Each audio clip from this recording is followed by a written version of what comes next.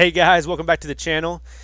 Super excited to be doing this. When you guys saw our last video, or our last couple of videos, we did explain that going forward we will still be doing our collaboration videos, me and Connor, but then as well we'll be trying to add our own solo projects just to kind of keep more content rolling forward. If you saw the last video that Connor did, he put his very first say announcement and gameplay of his Pokemon series that he's going to be doing. As I explained in the last video we did together, my wheelhouse and my area of expertise would be movies. I'm a very big movie buff. I help run a film company currently as well called Rare Coin Media. You can check that out on any social media platform or YouTube. So I'm huge on movies. I watch a lot. I own about 700 movies myself, so I'm constantly watching and just analyzing and critiquing, and it's dorky as shit, nerdy as shit, whatever you want to fucking call it. This is my wheelhouse. So if you have seen me in the past, whether I did my written reviews or my video reviews in the past, you know that I like to review movies. I like to give a top 10 at the end of the year. I always jot things down. So that's kind of going to be the basis of my channel. I will go over TV shows. I will go over movies. And I will just talk about them in a fun way, very analytical way as well. I kind of base them all over the place. I love a lot of art house films, but at the same time I still love those stupid fucking Fast and the Furious movies. I don't know why, I just do. So for today's video, what I'm going to do is I've hit about 12 movies this year. So to catch back up and to keep going back through the reviews, I'm going to hit about 5 of them down for you. Just talk about the first 5 that I watched in the order of them. I will warn you, the majority of the movies this year, it is much like every year. January, February, March movies typically are dog shit. You go to the movies, it's kind of the ones that just can't make the cut to the Christmas time movies or the summer movies or anything like that, so they end up being dog shit movies. But without further ado, let me just give you some quick reviews going forward. So the first movie that we'll talk about is The Little Things. The Little Things stars Denzel Washington, Rami Malek, and Jared Leto. And if you've seen movies like Seven or any other kind of detective thriller kind of movie, this is kind of what you're getting into. It's very run-of-the-mill, very cut and dry type of movie you've seen before. There is no difference, right? Denzel Washington plays a big city cop that went small town, but comes back to the big city for some kind of clarification on a case, and ends up sticking around a little bit longer. Obviously, when he sees a murder case that has opened up, and he thinks, why the fuck not? I'll stick around and try to solve it. So him and Rami Malek team up together and they try to solve this case, try to find this murderer, try to pin it on a guy that they do believe to be the murderer, which is where Jared Leto comes in. You don't know if he is, you don't know if he isn't. Ultimately, I think this movie had a pretty good build-up. I think it had a pretty good premise. Not original by any means, but still pretty good. The acting was pretty good. Going into the movie, I expected it to be a little bit better, honestly. You have Denzel Washington and Rami Malek, who just came off of Bohemian Rhapsody, that's leading this movie, so you think it's going to be amazing. Then again, it is one of the first movies that came out this year as a January movie. Overall, I think it kind of leads you down a path that looks like it's going to be interesting and ends up just being shit with a bow on it. It's nothing special and ultimately kind of a letdown at the end, with more questions that need to be answered than actually do get answered. I give The Little Things a D. Okay, next movie up is one that most people haven't heard of, and I think technically came out last year, very late last year, in film festivals and stuff.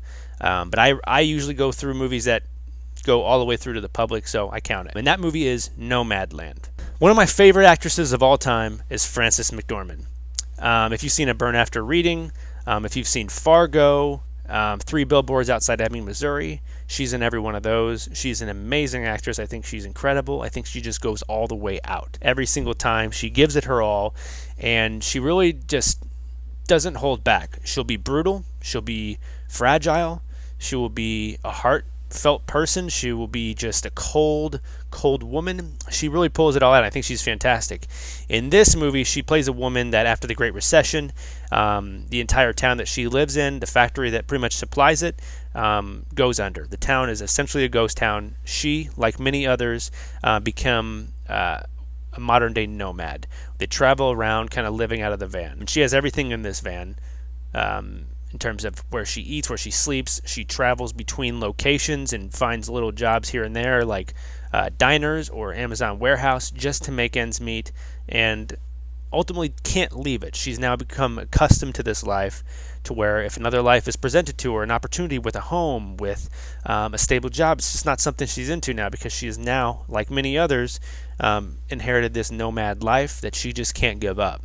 And I think what's interesting about this movie is that the people that are playing nomads around her, right, the nomads that she intertwines herself with, are actual nomads in real life. These people do not have a stable home. These people do not have a stable job. They bounce around all the time, around states. And these are real people that they used in this film. And when you watch it, it almost feels as if you are watching a documentary. Because I truly didn't think this was a movie. I thought it was a documentary until I had to remind myself that this is a well-known actress. This actress is just that fucking fantastic. I will say this movie will not be for everybody. It is a slower burn movie. This is an art house film for sure. It's not going to be a fun one. It's not going to be one that just makes you feel good inside, or lots of action, or big crazy plot points. It's really just watching her story unravel and the heartbreak that she goes through just trying to live life, and then the acceptance of that. As well as this movie is great. I can't grade it perfect, because I don't really have the urge to go watch it again, regardless of how perfect it was. It's just not one that I'm going to be able to pull off the shelf and put in again. I've seen it. I got the gist. I understand it. I loved it, but like I said, not going to be for everybody. So I give Nomadland an A. Okay, next up on the list is a Netflix film that I didn't even know about at all, and that is I Care a Lot. I Care a Lot stars Rosamund Pike, and the best way I can describe this movie is she essentially plays a more charismatic version of herself in Gone Girl. If you've seen Gone Girl, you know that she is a woman that doesn't put up with shit. She will do anything it takes to get what she wants, and that's what this movie is. This movie is about a woman who's kind of put together an entire company that when senior citizens get too old, or can't be taken care of in the hospital anymore, she has an entire group that essentially signs up with the judge and decides to take them under her wing as a personal care assistant. Under the radar, though, what she does is she puts them in homes, in her special homes that she has, takes their home, their actual home, and sells them, flips them, auctions everything out, and makes money off of that. That's her business. She preys on the unfortunate. She preys on the weak, the older people that don't know any better, or have Alzheimer's, or any kind of disease that they just can't really fight back or don't know to fight back. She is very ruthless in this movie. She is, like I said, she's much like the character she plays in Gone Girl, just a little bit more charismatic and not completely dry. The downside to this movie that kind of bummed me out is its ending is no payoff.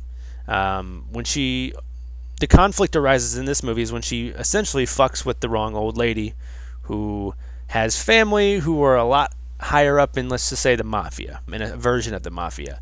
So once she starts attempting the same thing she does with every old person with this old lady, things don't work out for her. And she's going through an endless cycle of conflicts and trying to evade these guys on top of keeping this entire thing a secret. The sad thing is, you think that would pay off. It really doesn't. It doesn't give you anything that you are hoping for. You want her to get found out. You want her to lose. And unfortunately, it keeps leading you down a path very early on, in fact, that she will probably not lose, that she will fight back. They make her essentially the hero of the story when you know deep down that she's not the hero. And that's why this movie fails, because you can't root for her. You're rooting for the other guy, and the other guy isn't actually winning.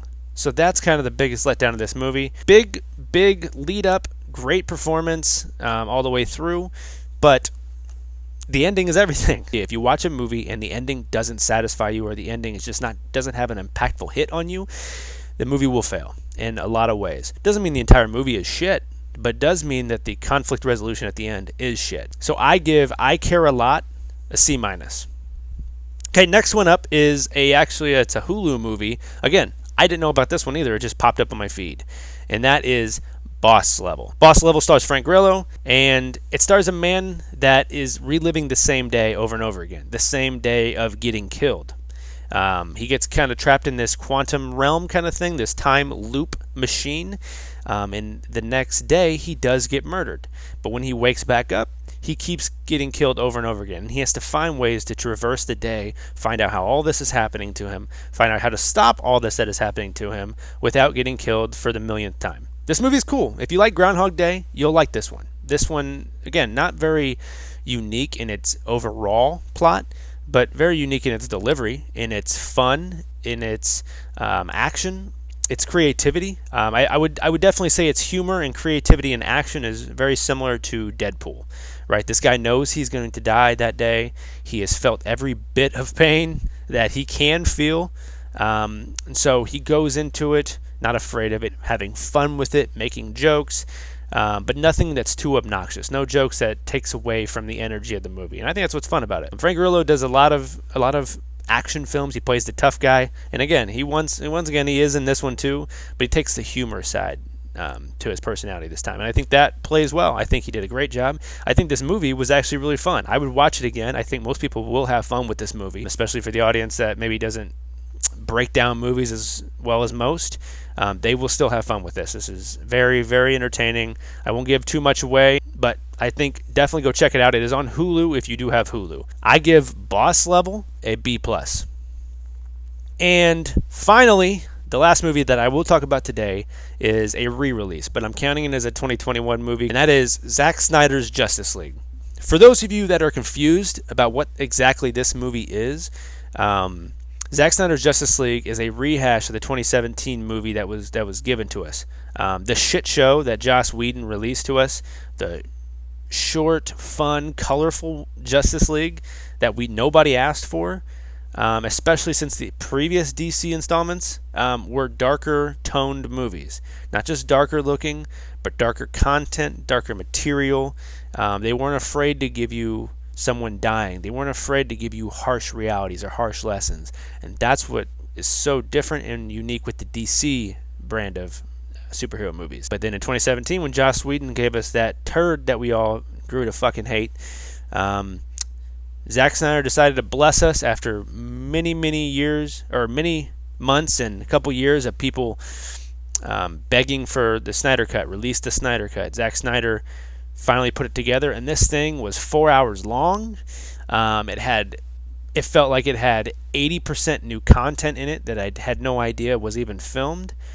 And it was just better. It was 10 times better. The character development, the character stories that made some of these moments in the original that came out in 2017 happen, the lead up and the character development made those a little bit more impactful. It was great. I had fun with it. I watched all of it in one sitting, which was definitely a commitment. Like I said, it's 4 hours long, but perfect. I loved it. I think the dark tones of it played really well here. The villain, especially, the CGI on the villain before was dog shit. It was absolutely horrible. It looked like just an old man with horns, and I had no idea why.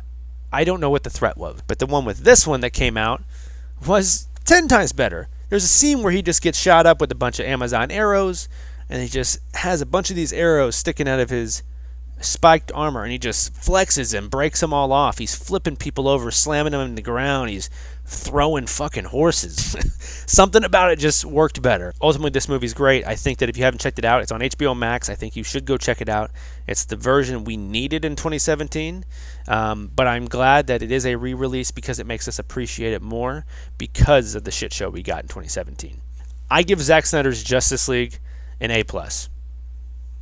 One movie I can't talk about, unfortunately, is Queen Pins.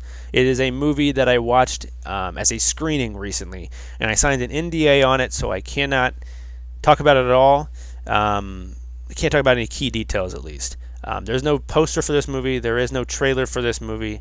There's very little on the internet for it, but it is out, and the only thing I can tell you about it is based on the real-life event that happened a few years ago with the people that took over the coupon scandal and learned how to make money off the coupons and print fake coupons, right? That movie is being made now. Unfortunately, like I said, I can't talk about any details going into it because of the NDA that we signed. But when it does come out, when a trailer comes out, I will talk about it. I will talk about everything in the trailer, and I will review it here, talk about it, because at least then I know I can discuss something. Not much, but something. So I will not rate Queen Pins at this time, because at the end of the movie I had to sign all this stuff, saying what I would fix about it, what I liked, what I didn't like. So it's still in post-production. There may be things different about the actual movie when it comes out. And the version I got, I thought it was pretty good. I thought it was really good. If it comes out the exact same way, I would still like it. It's so hard to talk about this one though, because like I said, unless I talk about details, it's hard to talk about a movie. But when it comes out, I promise you we will talk about it here. So that's it, guys. That is all the movies for today. Next week when I release the next one, I will release the next 5 movies I think I have on the list, and I'll be completely caught up. And I'll try to make it a weekly thing after that to any TV show that I completely finish out, whether it's a season or the entire series. Any movie, anything like that that comes out, I will try to get them out here, anything recent at least, and I will talk about it here. And then as usual at the end of the year, just like Connor and I did this past year, I will put together my top 10 movies of the year. And if you follow along here, you might be able to guess them. Who knows? So stay tuned. Connor and I will be doing another collaboration video again this week. Like I said, we're going to try to keep those going where he has his own video, I have my own video, and then we have a collaboration video. Try to get 2 to 3 out a week. If one of those videos can't be made, you can at least bank on at least 2 of them coming out. And that's what we're going to try doing going forward. And once again, as always, we do like and appreciate your support. We love it. So please hit that like and subscribe button down below. Hit the notification bell so we can keep getting these coming out for you. And hopefully I'll see you next video. See you guys.